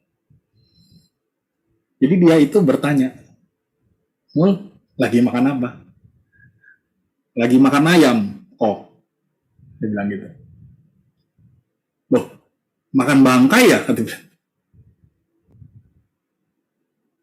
Nah, di sini mungkin ibu bapak saudara-saudari sedama bisa paham ya. Jadi yang dimaksud dengan bangkai itu adalah pada saat itu yang dimaksud dengan bangkai adalah makanan daging. Dan saya cukup terkejut juga gitu maksudnya ya. Maksudnya kok saya dikatain makan bangkai sih maksudnya, padahal saya makan daging seger. Nah, seperti pernyataan Pak Wahidin Johan kan, namanya bangkai itu daging yang sudah membusuk, kan harusnya begitu ya. Jadi sebenarnya persepsi bangkai yang teman saya ngomong dengan yang dikatakan oleh Brahmana Tisa dan Pertapa Ahmaganda di sutta itu merujuk bahwa bangkai itu adalah daging dan ikan. Terlepas dari masalah layak atau tidak layak dikonsumsi, bahwa daging dan ikan itu bangkai, gitu. Menurut sutta ini. Tetapi kalau menurut Yang Mulia Buddha dan baik Buddha Kasapa atau Buddha Gautama, sebenarnya pada saat orang yang berbicara kepada saya, "Mul, kok lu makan bangkai? Kok kamu makan bangkai?" Itulah sebenarnya bangkai. Ngerti ya teman-teman ya? Ngerti ya? Ya, jadi terlepas dari masalah itu di freezer lah, atau tidak di freezer, atau itu dikonsumsi secara mentah, kalau kita umat awam boleh ya, kalau biku kan nggak boleh.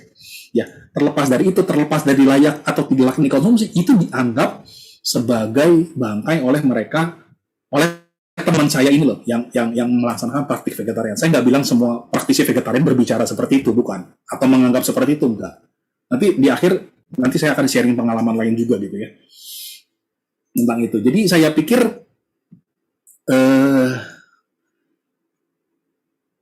kita tidak usah terikat dengan istilah. Intinya seperti ini sih maksudnya. Yang maksud Buddha, yang dimasukkan oleh Yang Mulia Buddha Gautama dan Yang Mulia Buddha Kasapa, yang disebut bangkai itu adalah kilesa dan semua akusala dhamma. Jadi ini sepertinya metafora ya, mungkin metafora bahwa itu bangkai itu adalah kilesa kita, bangkai itu adalah akusala dhamma kita.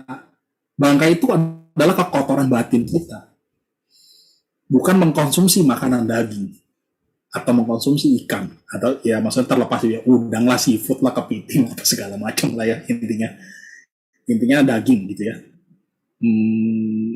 Kira-kira ya tentu kita juga harus punya kebijaksanaan bahwa kalau misalnya yang dimaksud bangkai itu daging yang sudah membusuk, yang sudah tidak layak konsumsi, ya juga saya pikir itu juga tidak harus kita konsumsi sih, saya pikir kan. Saya pikir itu kita tahu dengan jelas mana makanan yang layak atau yang tidak layak ya. Jadi sebenarnya begini, jika kita terikat dengan daging bahwa kalau makan harus ada daging, ya kan? Kalau makan harus ada daging, itu bangkai gitu. Atau mereka praktisi vegetarian, kalau nggak ada sayur, kalau nggak ada misalnya nggak ada jamur, saya nggak bisa makan gitu.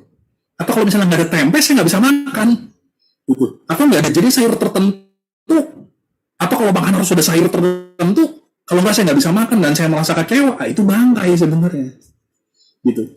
Atau misalnya ketika kita mau makan ke restoran vegetarian langganan kita dan itu tutup dan kita kecewa, kok bisa tutup sih? Nah itu bangkai gitu. Nah kira-kira teman-teman tahu ya, kira-kira gambarannya seperti itu. Terima kasih atas pertanyaannya. Silakan kalau mau diskusi lebih lanjut. Terima kasih.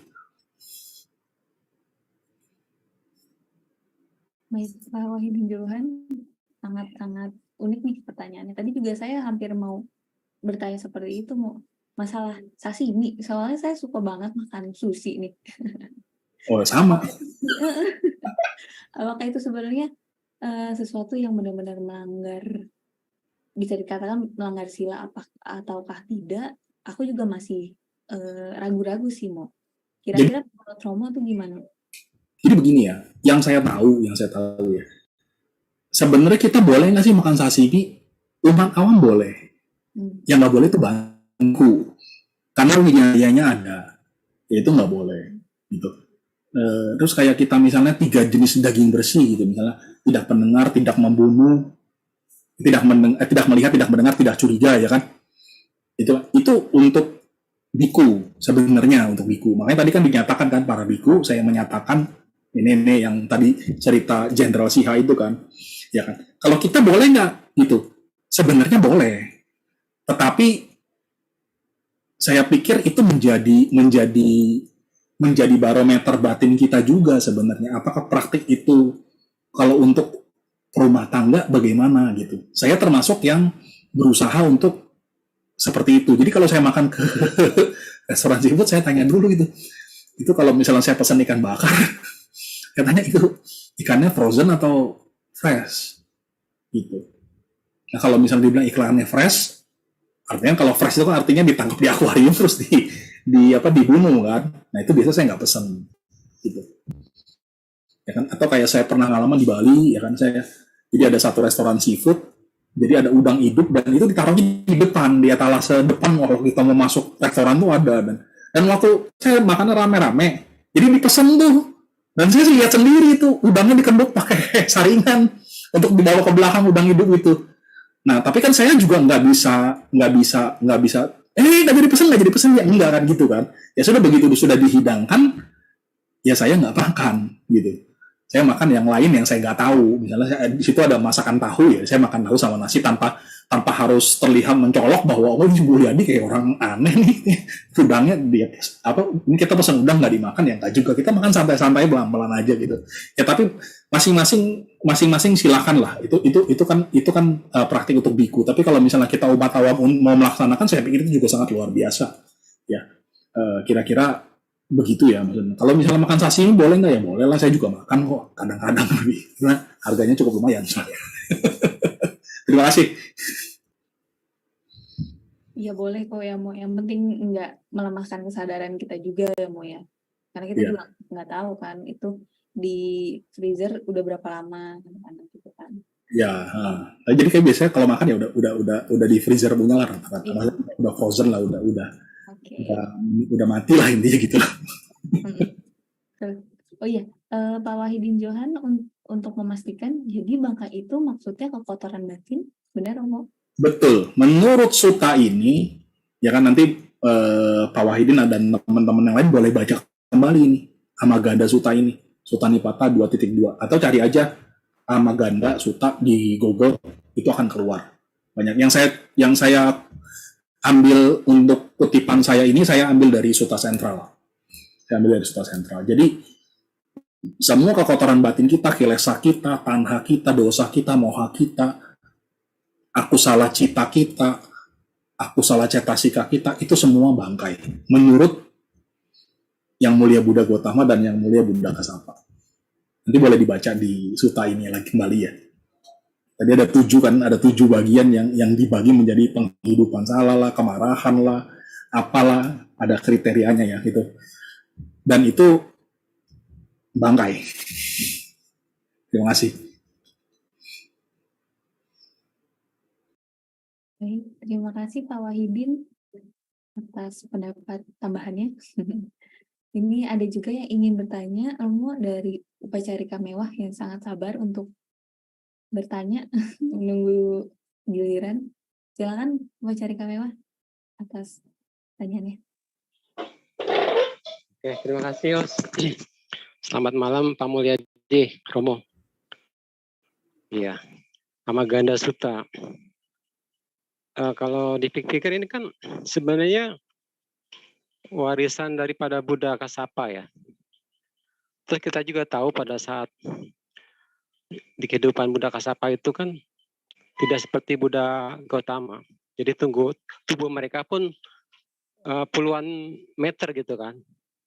Dan kalau kita pikir kalau hanya makan butir-butir beras saja, kalau kita pikir gimana di Buddha di zaman lampau itu makan nasi seperti kita gitu. Jadi menurut saya sih semua kan berdasarkan peradaban manusia juga gitu kan. Karena di Buddha Kassapa dengan Buddha Gautama kehidupan manusia kan tingginya juga, tubuhnya berbeda juga gitu. Kemudian yang ingin saya tanyakan di sini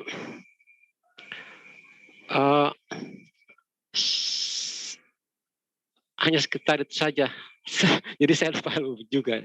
Ingin menanyakan tentang ini aja deh. Tentang Upalawana Teri. Saya pernah dengar cerita juga tentang Upalawana Teri itu bahwa beliau pernah diperkosa oleh Brahma Ananda ya. Sehingga Brahma Ananda ini lahir di neraka Awici. Kalau boleh tahu, mungkin Pak Mulyadi tahu juga, sebenarnya pada saat diperkosa itu beliau belum mencapai arahat atau memang baru menjalani sangga. Itu saja. Terima kasih banyak. Namo Buddhaya. Baik, terima kasih Romo.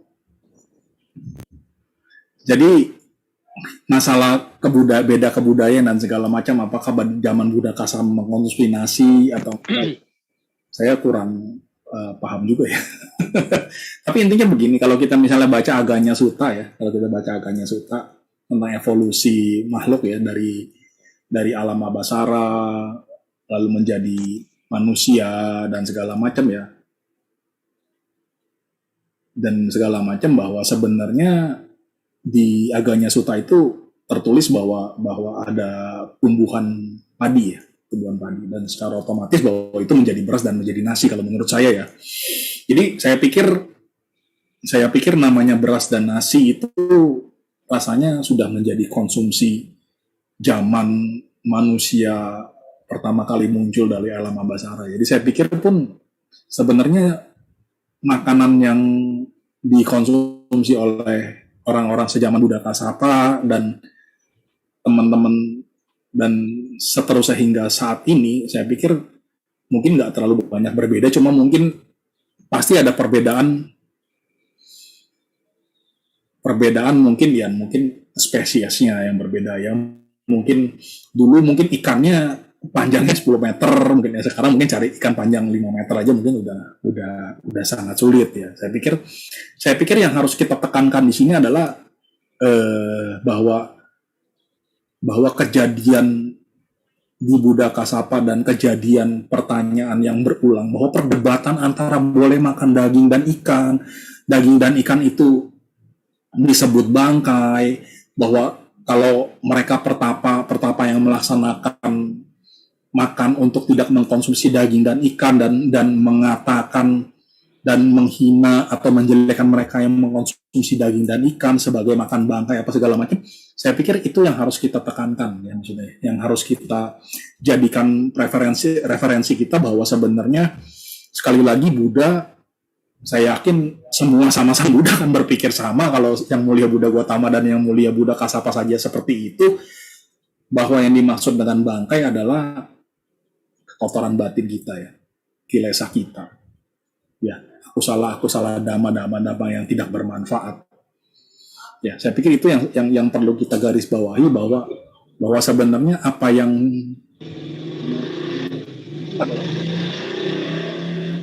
sesuatu yang netral, tapi yang menjadi sangat penting adalah bagaimana pola pikir kita tentang makanan, bagaimana kita melihat makanan itu secara bijaksana gitu.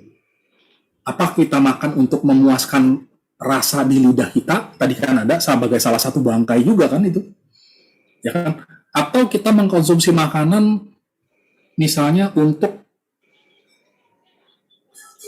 keberlangsungan hidup kita, untuk mempertahankan fisik kita, ya kan? Sehingga kita punya batin bisa dikembangkan lebih jauh. Kita punya batin bisa diarahkan untuk menuju kesucian. Dan pada akhirnya kita harus terbebas dari lingkaran samsara, kelahiran dan kematian. Perihal Upalawana Teri, saya pernah dengar sih yang Romo bilang bahwa dia diperkosa, dan saya dengar bahwa dia itu sudah menjadi entah itu Upalawana Teri atau bikuni lain, saya juga agak lupa. Tapi cerita itu ada memang bahwa seorang bikuni yang sudah arahat itu diperkosa, dan yang memperkosanya masuk ke neraka Awici kalau nggak salah ya, dan itu juga diceritakan bahwa dia dengan kemampuan batinnya, dengan kemampuan konsentrasinya dan kemampuan dia sebagai seorang arahat dan pencapaian lainnya, bahwa dia sanggup menghentikan ya indera perasa dia, sehingga dia tidak, dalam tanda kutip maksudnya, tidak seperti mengalami pemerkosaan, tapi kan itu kejadian. Tapi itu cerita Upalawana Teri boleh dibaca ya. Mungkin nanti bisa dicari referensi yang lebih lanjut, bahwa ceritanya sangat cukup panjang, dan menurut saya sangat menarik ya, bahwa dia menikah dengan siapa, lalu nanti dia bercerai dengan menikah dengan yang lain, bahwa dia sempat menjadi profesi seperti ini sebelum akhirnya dia bertemu yang mulia Buddha Gautama dan menjadi seorang arahat dengan kemampuan abdinya yang paling luar biasa di antara seluruh bikuni pada saat itu. Ya, nanti mungkin cerita itu bisa dibaca ulang. Saya pikir di internet sudah cukup banyak. Ya, terima kasih. Ya Romo, boleh sambung sedikit ya Romo ya. Ini kalau Dewa Data dengan Raja Siha tadi itu termasuk pengikut warisan dari ajaran Buddha Kassapa ya. Karena mereka Niganta kan ya, ajaran Niganta yang dipakai ya. Jadi tidak terdapat lanjang lah ya.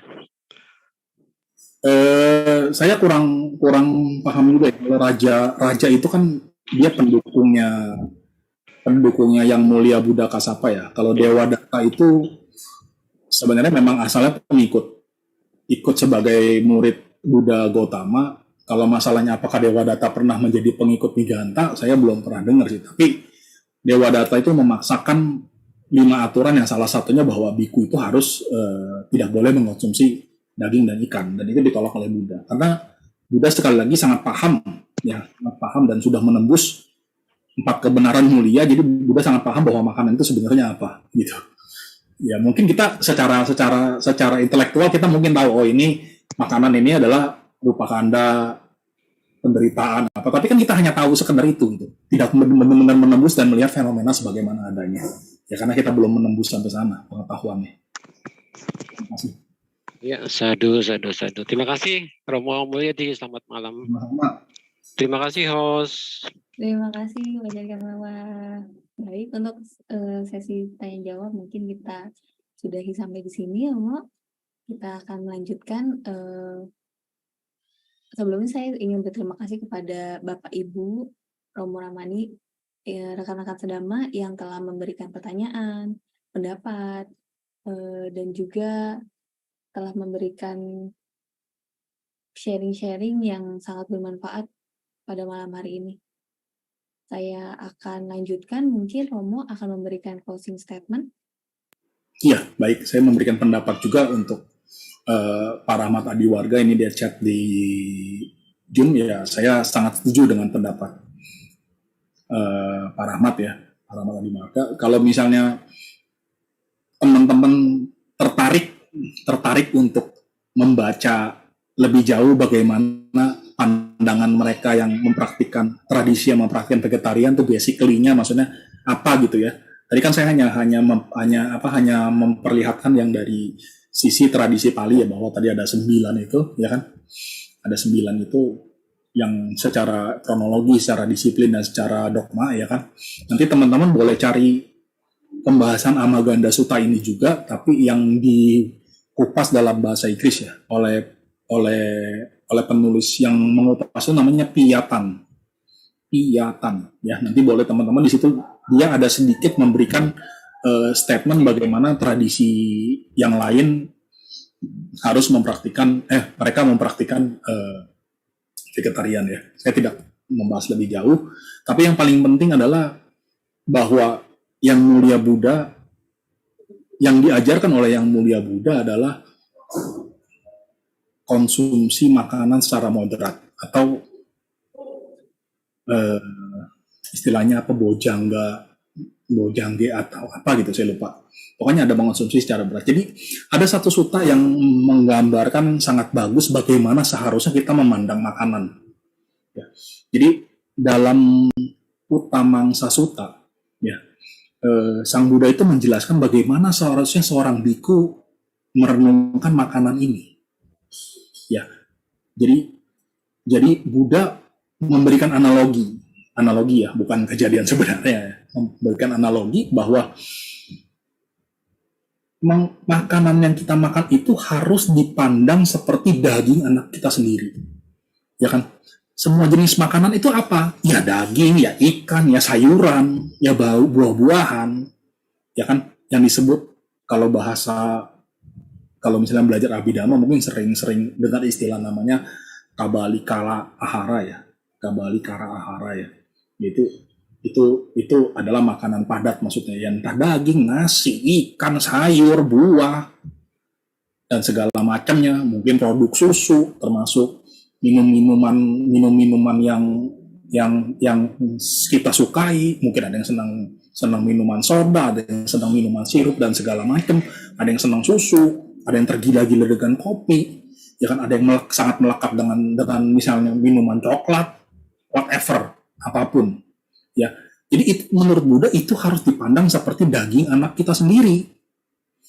Jadi Buddha kasih perumpamaan seperti ini. Ada sepasang suami istri, ya kan, menempuh perjalanan jauh dengan anaknya yang seorang bayi, satu-satunya, ya kan, melewati daerah yang mungkin tandus, makanan kurang, atau mungkin mereka secara finansial juga nggak punya duit ya kan, segala macam ya kan.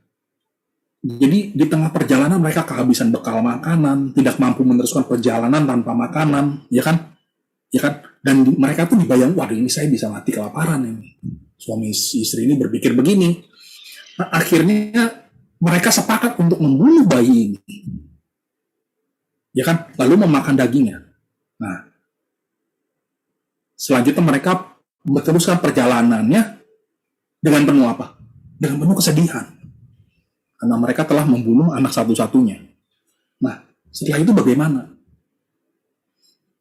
Lalu bikunya ini ditanya sama Buddha, bagaimana pendapatmu? Apakah suami istri itu memakan daging bayinya sendiri untuk kenikmatan, untuk kekuatan khusus, atau mengembangkan tubuh agar menarik, atau untuk mempercantik diri? Para biku menjawab, tidak yang mulia, mereka memakan daging anaknya bukan tujuan itu. Mereka memakan daging anaknya agar mereka dapat meneruskan perjalanan. Benar, kata yang mulia Buddha. Ya, jadi menurut Sutta ini seseorang harusnya memandang makanan apapun itu, daging, ikan atau sayuran, ya kan, seolah-olah seperti anaknya sendiri, ya kan. Jadi kalau kita merenungkan seperti itu menurut Sutta ini, ya kan, itu akan mengurangi kita kehausan dan kemelekatan terhadap rasa dari makanan. Satu lagi saya punya cerita sebagai penutup. Pendek ceritanya. Saya punya teman, umurnya mungkin sekarang mungkin sudah 65 atau 70 tahun. Dia teman saya dari tradisi yang mempraktikkan vegetarian dengan sangat keras kalau menurut saya. Mereka tidak mengkonsumsi bawang, dia tidak mengkonsumsi bawang. Ya, cukup ketat. Tetapi pada satu hari dia ketemu situasi di mana tidak tersedia makanan yang tidak tersentuh, yang bagi mereka tidak boleh dimakan. Gitu. Jadi semua makanan itu ya sudah terkontaminasi dengan ya entah ada bawangnya lah, entah ada dagingnya lah, apa segala macam, ya kan? Misalnya ada capcaynya ada dagingnya, misalnya gitu kan. Lalu ya dia ngambil aja nasi, lalu capcaynya diambil, dagingnya nggak diambil, ya kan? Ada soto apa itu Mul? Bilang, oh soto ayam, ya udah ambilin saya sayur sama kuahnya aja. Secara tradisi dia harusnya nggak boleh. Gitu. Nah, tapi saya tanya dong, Pak, nggak masalah. Begini kan, maksudnya makan begini nggak masalah. Dia jawab dengan sangat bijak ya kalau menurut saya. Dia bilang, Mul, ya, kita ini, dia ngomong pakai bahasa Mandarin, saya juga nggak gitu paham. Tapi kira-kira artinya gini, Mul, kita ini orang yang melatih hati. Artinya kita ini orang yang melatih diri. Ya kan? Kalau kita yang melatih diri, masa sih kita harus nyusahin orang gara-gara soal makanan doang? Nah, teman-teman bisa merenungkan di sini ya. Kira-kira demikian apa yang bisa saya sampaikan. Semoga menambah wawasan teman-teman bahwa apa sih daging, apa sih ikan, apa sih sayuran, dan bagaimana pendapat Buddha soal makanan. Demikian, terima kasih. Sutopo Namo Buddhaya. Sutopo Namo Buddhaya. Itu berikut sekaligus closing statement-nya kan ya, Iya, oke, siap kok. Terima kasih banyak Romo Mulyadi atas pemaparannya dan juga jawaban serta arahannya. Semoga jawaban-jawaban dan juga pemaparan-pemaparannya bisa menambah keyakinan kita terhadap apa yang harusnya kita lakukan dalam pengembangan Buddha Sasana ini. Baik, untuk selanjutnya kita akan melakukan pelimpahan jasa, pembacaan patidana, akan saya bantu untuk pimpin. Semoga jasa-jasa kebajikan kita bisa melimpah kepada sanak keluarga, semua makhluk, terutama kedua orang tua dan juga para sanak leluhur. Pembacaan patidana saya akan mulai. Punya siddha nikatasa yananya nikatani te sanca bagino hontu sattananta pamanaka yepiya gunawanta ca mayang mata pita dayo ditha me capya dithawa anye maja tawerino satta titan tilokasming te buma catuyo nika pance kaca tuwo kara sangsaranta bawa bawe Yatang ye patidaname anumodantu te sayang ye cimang napajananti dewa te sang niwedayung maya dina napunya nang anumodana hetuna sabbe satta sada hontu awera sukaji wino kema padan capa pontu teksa sijatang sukha sadu sadu sadu.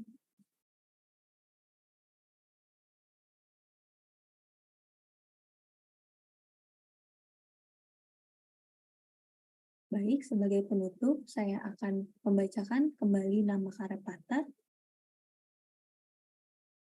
Arahang Samma Sambuddho Bhagawa Buddham Bhagawatang Abhiwademi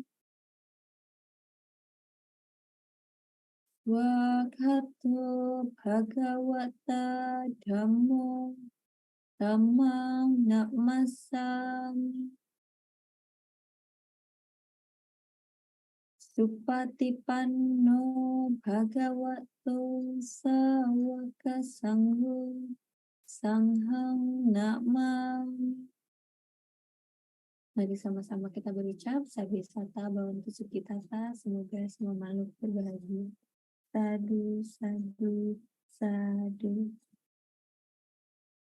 Baik, selanjutnya saya akan memberikan kesempatan kepada operator agar memberikan pengumuman atas kesempatan-kesempatan yang bisa kita lakukan dalam mengikuti acara Dhammasa Kaca Online selanjutnya.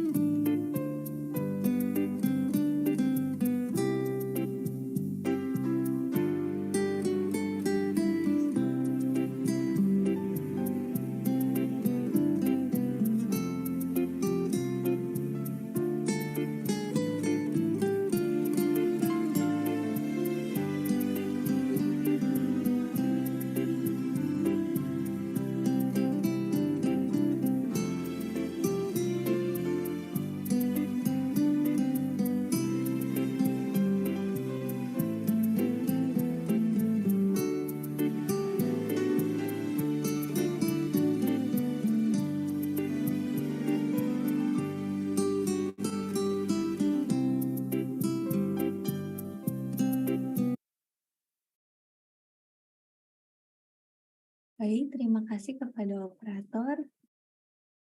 Saya juga ingin berterima kasih kepada Romo Ramani, Bapak Ibu, serta rekan-rekan sedama, khususnya kepada Romo Mulyadi yang telah berkesempatan hadir, memberikan waktunya dan waktu, tenaga, maupun suaranya untuk memberikan sharing Dhamma pada malam hari ini. Semoga dengan pembabaran Dhamma pada malam hari ini semakin menambah semangat kita dalam melaksanakan praktik Dhamma. Baik, terima kasih kepada semuanya. Saya akan akhiri Dhammasa Kaca Online pada malam hari ini. Semoga kita bisa selalu sehat, bisa selalu bahagia, dan juga sukses dalam Buddha Dhamma. Terima kasih semuanya. Satyawantu Namo Buddhaya. Budaya, terima kasih semuanya. Terima kasih. Terima kasih Romo.